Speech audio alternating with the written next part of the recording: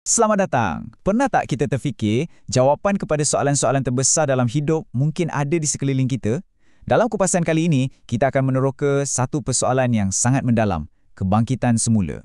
Dan kita akan cari petunjuknya bukan di tempat yang jauh, tapi dalam alam semula jadi itu sendiri. Macam mana alam boleh tunjukkan kita tentang kemungkinan adanya kehidupan selepas mati? Jom kita siasat. Okey, ini dia perjalanan kita untuk fahamkan hujah ni.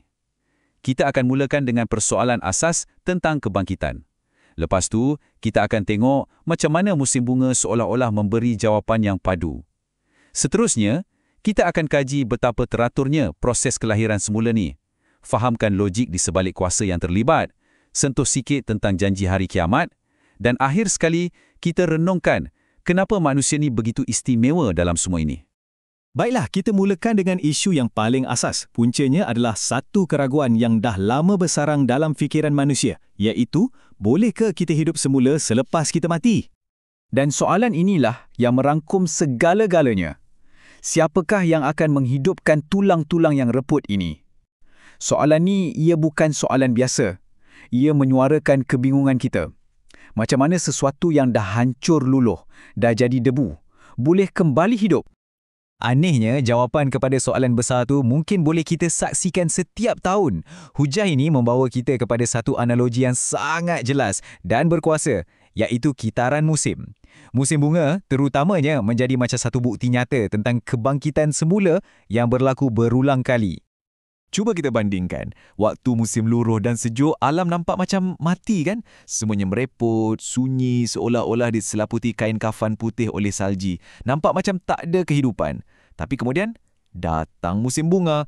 Tiba-tiba, semuanya hidup semula. Satu kebangkitan yang penuh dengan warna, kehidupan baru, satu pembaharuan yang kita boleh nampak dengan mata kepala kita sendiri. Dan kita bukan cakap pasal beberapa pokok je tau, skalanya sangat-sangat besar. Kita bercakap tentang anggaran 2 juta spesies tumbuhan dan haiwan yang dihidupkan semula setiap musim bunga. Bayangkan, satu kebangkitan semula berskala planet yang melibatkan jutaan jenis hidupan yang berbeza. Okey, skala dah besar, tapi yang lagi menakjubkan ialah betapa teraturnya semua ni. Ia bukan kebangkitan yang kelam kabut. Sebaliknya, ia berlaku dengan sangat teliti dan sempurna. Ini seolah-olah menunjukkan ada satu kuasa yang mengawal segalanya dengan begitu rapi. Cuba fikirkan, dalam proses yang begitu besar, tak ada satu pun yang terlupa atau tertinggal. Benih, akar, telur, semuanya dibezakan dengan sempurna. Benih gandum takkan tiba-tiba tumbuh jadi barli, dan pokok apple takkan keluar buah pisang. Setiap satu proses berjalan dengan teliti, serentak, tanpa sebarang gangguan. Semuanya ikut blueprint masing-masing. Petikan ni rumuskan semuanya dengan cantik kan?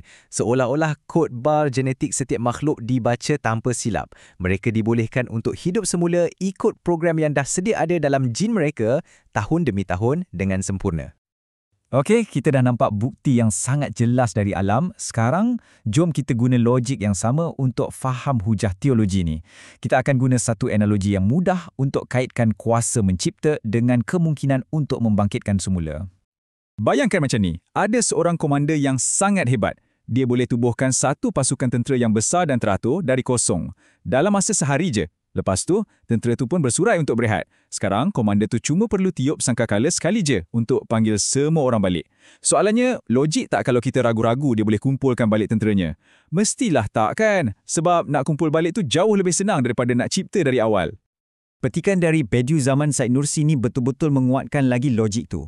Dia kata, kalau kita dah nampak kuasa untuk mencipta sesuatu dari tiada, tapi kita masih nafikan kuasa untuk mengumpulkannya semula, itu adalah satu tindakan yang tak masuk akal atau gila.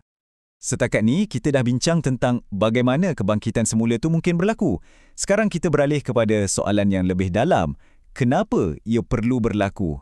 Dan ini membawa kita kepada idea tentang kebertanggungjawabban atau accountability.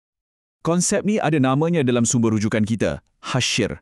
Hasyr ni bukan sekadar hidup balik. Maksudnya ialah dibangkitkan semula untuk satu tujuan yang sangat penting, untuk penghakiman dan accountability di hadapan Tuhan di sebuah mahkamah agung. Dan ayat Al-Quran ni bagi satu gambaran yang, sangat terperinci. Ia sebut tentang hujung-hujung jari. Kenapa hujung jari? Sebab cap jari kita unik, kan? Tak ada dua orang yang sama. Ini nak tunjukkan yang penciptaan semula tu bukan umum, tapi sangat terperinci dan sempurna, sampai ke butiran paling kecil yang membezakan kita semua. Dan yang menariknya, idea ni bukan idea baru. Menurut sumber, ini adalah mesej teras yang disampaikan secara konsisten oleh semua Nabi dan Rasul sepanjang sejarah. Bila mesej yang sama datang berulang kali daripada sumber-sumber yang kita percaya, ia memberikan hujah ni satu kekuatan yang luar biasa. Akhirnya, semua perbincangan ni membawa kita kepada kita sendiri, kepada manusia. Kenapa kita begitu penting dalam gambaran besar ni? Bahagian terakhir hujah ini menyatakan bahawa tujuan khas manusialah yang menjadi sebab kenapa kebangkitan semula bukan saja mungkin, tapi satu kemestian. Manusia digambarkan sebagai makhluk yang sangat istimewa. Kita ni macam buah yang paling elok dari pokok alam semesta. Kita disapa secara langsung oleh pencipta, dilantik sebagai khalifah atau pengurus bumi, dan kita adalah penerima segala nikmat yang tak terkira. Hujahnya mudah. Takkanlah makhluk yang dicipta dengan begitu teliti dan diberi peranan sebesar ini dicipta hanya untuk berakhir dengan sia-sia. Dan inilah inti kepada hujah terakhir. Ia menyentuh logik dan emosi. Kalau pencipta tu begitu mengambil berat, begitu menghargai ciptaannya yang bernama manusia, tak masuk akal lah kalau dia akan biarkan kita lenyap macam tu saja, selama-lamanya. Belas kasihan dan tujuannya menuntut adanya kehidupan selepas mati. Dan kita akhiri kupasan ini dengan satu persoalan yang mendalam untuk kita renungkan.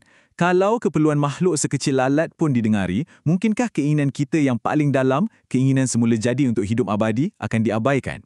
Mungkinkah doa selama-lamanya yang sentiasa bergema dalam hati kita tidak akan dijawab?